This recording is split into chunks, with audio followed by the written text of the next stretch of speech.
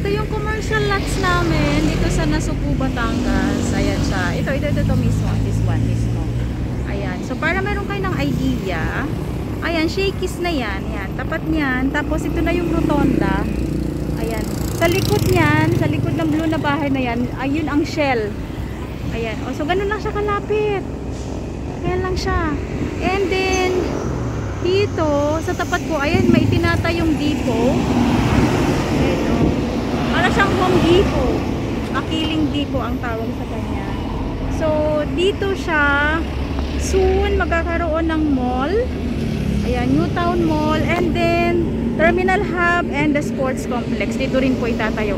And then, doon, sa, somewhere there, dyan lang, sa likod na yan, yung exit ng Cavite.